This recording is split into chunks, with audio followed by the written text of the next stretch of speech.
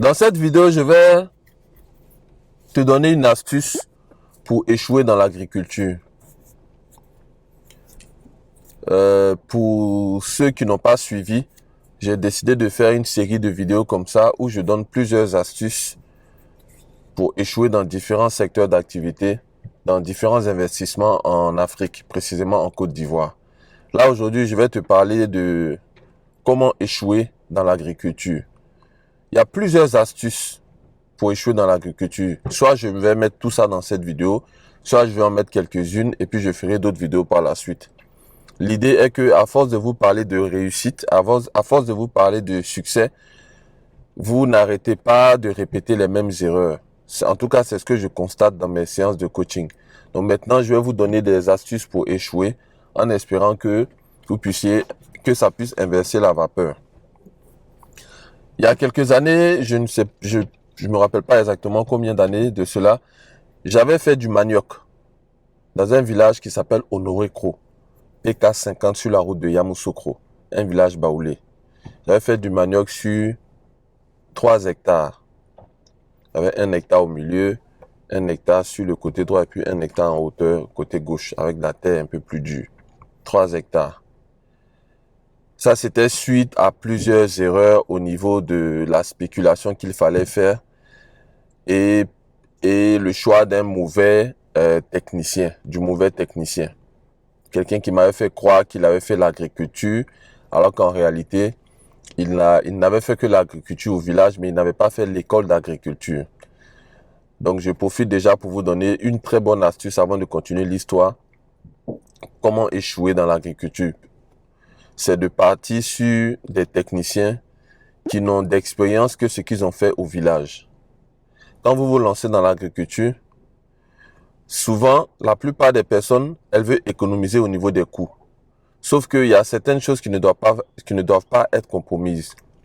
Le technicien, si vous prenez un technicien vous pouvez prendre un technicien qui n'a pas fait l'école d'agriculture, ok, sachant que vous l'aurez compris, le meilleur, c'est de prendre quelqu'un qui sort de l'école d'agriculture. Ici, en Côte d'Ivoire, il y en a plusieurs. Sans faire exprès, je suis en train de vous dire ce qu'il faut faire, tellement c'est dans ma nature, au lieu de vous donner l'astuce pour échouer. Voilà, donc vous prenez quelqu'un qui sort de l'école d'agriculture. Il y en a plusieurs ici en Côte d'Ivoire. Il y a INTA Azaguié, il y a le groupe Loco, il y a INPHB, il y a Yamoussoukro, il y a INTA Azaguié, il y a DGAE, DGFE. Le mieux, c'est de prendre un jeune qui sort de l'école d'agriculture tropicale, de sorte à ce qu'il ait au moins des rudiments. La plupart d'entre vous, quand vous vous lancez, vous ne cherchez pas forcément à recruter quelqu'un de qualifié. Pourquoi? Parce que forcément, quelqu'un de qualifié va coûter beaucoup plus cher. Et vous pensez que prendre quelqu'un qui ne sort pas de l'école, qui ne connaît pas, on va dire, vraiment sa valeur et qui n'a poussé l'expérience que ce qu'il a fait au village quand il était petit, vous pensez que ça va vous réduire les coûts. Sauf que vous prenez cette personne-là, par la suite, vous vous rendez compte qu'elle est incompétente et du coup, vous avez même perdu de l'argent. Alors que la différence entre un technicien qui sort de l'école et cet individu-là, souvent, n'est que de 30 000. Ça, ce sont les mauvais calculs que vous faites souvent pour économiser et qui vous coûtent un peu plus cher par la suite.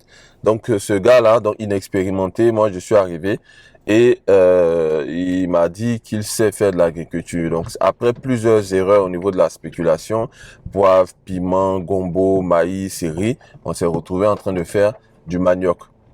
L'une des bonnes astuces aussi pour échouer dans l'agriculture, c'est de ne pas prendre des prélevés de terre à différents endroits pour aller en laboratoire faire des analyses et savoir quelle est la richesse de votre sol et quels sont les amendements à faire pour pouvoir réussir la culture que tu veux faire. Très souvent aussi, vous avez une culture dans la tête, vous foncez dessus. Au lieu de faire une analyse de sol, et cette analyse de sol va déterminer si le maïs que tu as à l'esprit peut réussir sur ce sol ou si le piment peut réussir sur ce sol. Le piment aime les sols acides. Si vous voulez faire de la tomate à tout prix et que vous avez un sol acide, au lieu de faire plutôt du piment, vous êtes gamé sur la tomate, vous faites la tomate et vous réussissez, mais pas pleinement. Donc, c'est de prendre des prélevés de sol à 3 endroits différents, ok, et de partir en laboratoire pour faire une analyse de sol. C'est une prestation que nous proposons. Si jamais c'est quelque chose qui vous intéresse, vous nous la demandez en barre de description. Donc, après plusieurs erreurs sur la spéculation, on se retrouve à produire du manioc. Et donc, on a fini la production et maintenant, il fallait trouver le marché pour distribuer. L'une des astuces pour vraiment... Tu as fini? Ok, merci. L'une des bonnes astuces pour vraiment échouer dans l'agriculture, c'est de choisir un mauvais emplacement pour ton champ. Un champ qui n'est pas accessible et non seulement il n'est pas accessible, mais un champ qui est éloigné. C'est vrai qu'on dit qu'il ne faut pas être trop proche de la ville pour éviter les intrusions, les vols, mais il ne faut pas être trop loin non plus. Ne sachant pas ça, j'ai pris un champ déjà qui était à 600 mètres de la voie principale, ok? Et ensuite, quand on arrive au niveau du champ, il fallait encore traverser plusieurs champs, traverser des eaux et tout ça pour arriver sur ma parcelle. Au moment où moi je fais le choix de ma parcelle, je n'ai pas à l'esprit qu'il va falloir par la suite acheminer les récoltes vers la ville. Ça peut être bête, mais quand tu n'es pas du domaine, ça ne te vient pas à l'esprit comme une évidence. Voilà, on vient, on te montre le champ, tu vois qu'il est plat, tu touches le sol, tu vois qu'il est mou, tu dis ok, je vais faire ça ici. Mais tu te rends pas compte que après avoir fini de produire, je dois maintenant prendre ma récolte et emmener ça vers la ville.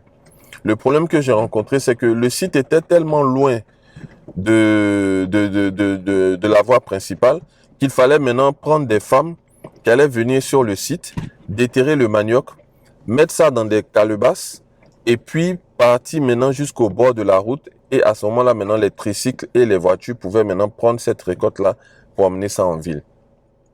1. Le site était loin. 2. Il était difficile d'accès parce qu'on traversait plusieurs champs. Très souvent, les gens vont pas accepter que vous traversiez leur champ. Parce qu'en Afrique, on est toujours dans le doute, on est toujours on pense toujours qu'on nous veut du mal. Donc, les gens vont pas toujours accepter que vous traversiez leur champ. Et en plus, quand il y a des eaux à traverser avant d'arriver dans votre champ, c'est super compliqué. Parce qu'aucune voiture ne pourra passer, puisqu'une voiture ne peut pas rouler sur l'eau, bien évidemment. Voilà. Et même les hommes vont devoir traverser ces eaux-là pour arriver sur votre champ. Et quand il pleut, faut savoir que ces eaux-là vont monter, ça va rendre votre champ inaccessible. Donc moi, c'était mon cas. Ok? Il fallait maintenant prendre des femmes pour venir déjà déterrer le manioc. Ensuite, il fallait qu'elles acheminent ça sur la tête jusqu'à la route.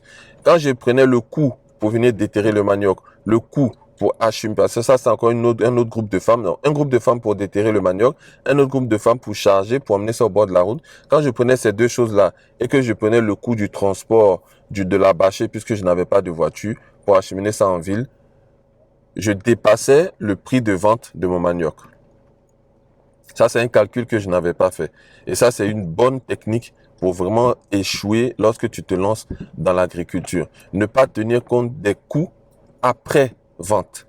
Des coûts, après production. En général, tu vas être concentré sur le coût avant la production, pendant la production, mais très peu se lancent. Voilà pourquoi on dit souvent dans l'agriculture et dans l'élevage qu'il faut vendre avant de produire. Ça veut dire qu'il faut commencer déjà à te préoccuper de l'après-récolte. Il faut commencer à te préoccuper de l'après-récolte. Pendant même que tu es en train de réfléchir sur ton projet. Voilà pourquoi j'aime bien ces diasporas qui m'appellent pour des consultations de projet et qui me demandent, je veux produire du poulet, mais est-ce que je vais pouvoir l'écouler par la suite? Comment ça va se passer pour écouler ils sont déjà préoccupés par l'écoulement. Ça, c'est très intéressant.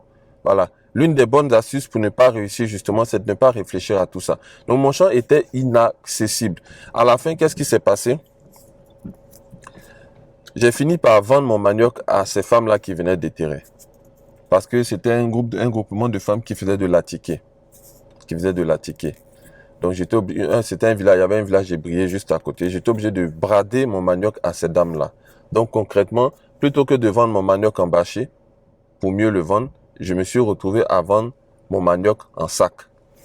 Donc, ces femmes-là, elles déterrent, elles remplissent dans un sac, elles attachent et puis elles achètent.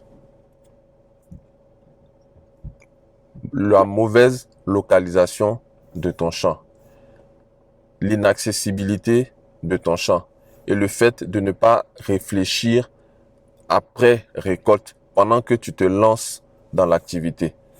L'autre astuce aussi, c'était que j'avais confié ce champ-là à quelqu'un qui se trouve avec un Burkinabé, quelqu'un d'assez fidèle. Le problème, c'est que moi, j'étais tellement loin. J'étais à Abidjan, le champ était sur la route de Yamoussoukro. Ça, c'est un. De deux, il était tellement inaccessible que moi-même, j'avais mal à la tête d'y aller. Ça me frustrait, ça me fatiguait même de rien que le fait de penser d'y aller, et y aller. Du coup, c'est lui qui faisait les récoltes avec les dames.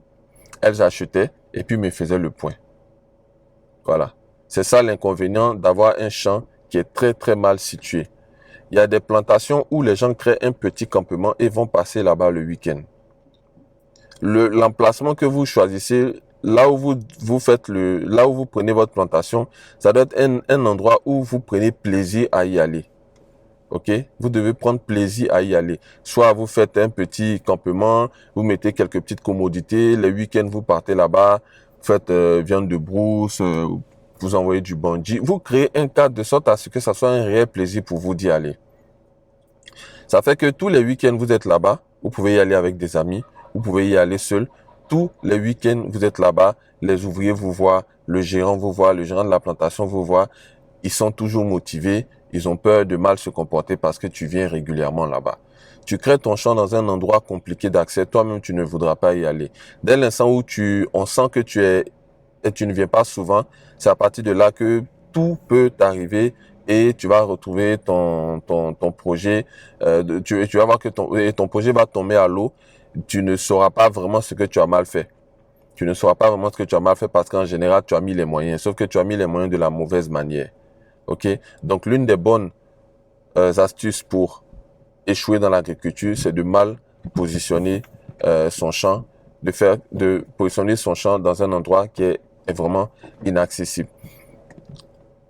Dans la prochaine vidéo, je vais développer sur d'autres aspects, soit dans l'agriculture, soit dans l'élevage, je verrai, en fonction de la manière dont je suis inspiré.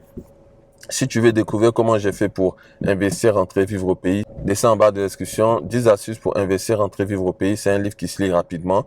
Ça va te permettre de comprendre un peu l'univers dans lequel j'ai évolué jusqu'à aujourd'hui. Ensuite, va supporter la chaîne YouTube en achetant le livre sur l'élevage de poulets. Ok? Il n'est qu'à 4,99 €.